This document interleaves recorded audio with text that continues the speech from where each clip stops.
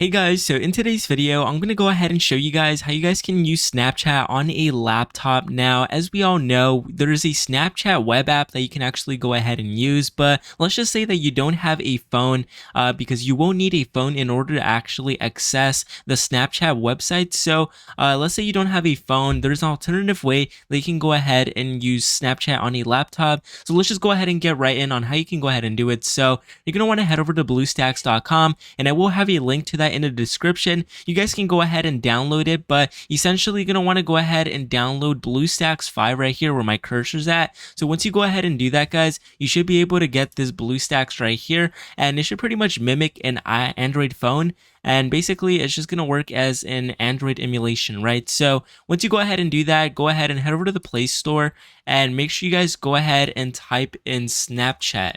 Now you can go ahead and find Snapchat here, and it's going to give you the install option. Just go ahead and click the install option, and once you go ahead and do that, it's going to be pending the actual download. Now if you're on a laptop, it will download pretty fast depending on your internet speed.